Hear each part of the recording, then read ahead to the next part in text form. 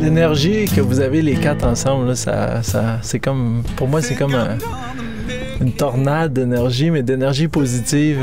Est-ce que votre ashram québécois est très différent de votre ashram français?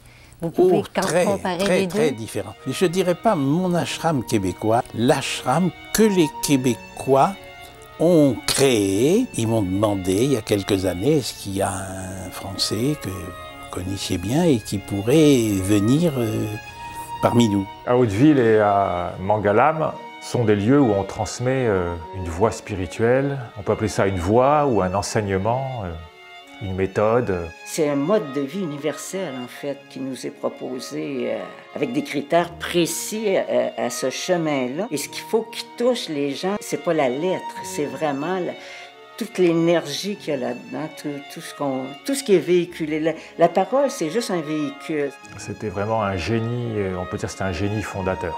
Un génie, c'est quelqu'un qui crée quelque chose de nouveau, en même temps à l'intérieur d'une tradition déjà existante. Et c'est exactement ce qu'a fait Swamiji, qui finalement a d'une certaine manière, non pas réinventé le Vedanta, mais a donné un éclairage sur le Vedanta traditionnel complètement nouveau.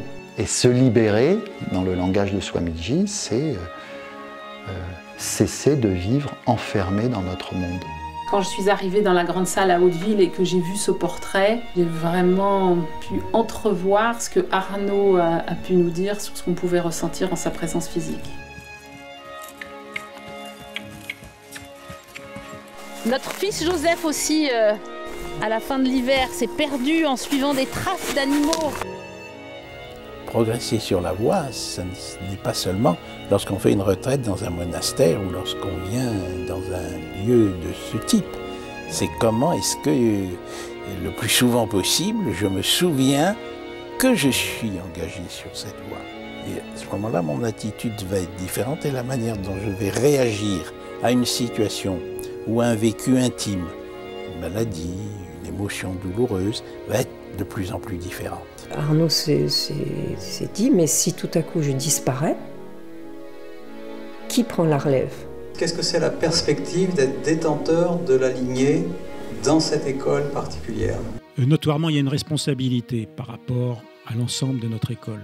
Mais un jour, Arnaud m'avait dit, l'essentiel, c'est la relation au maître et la baraka.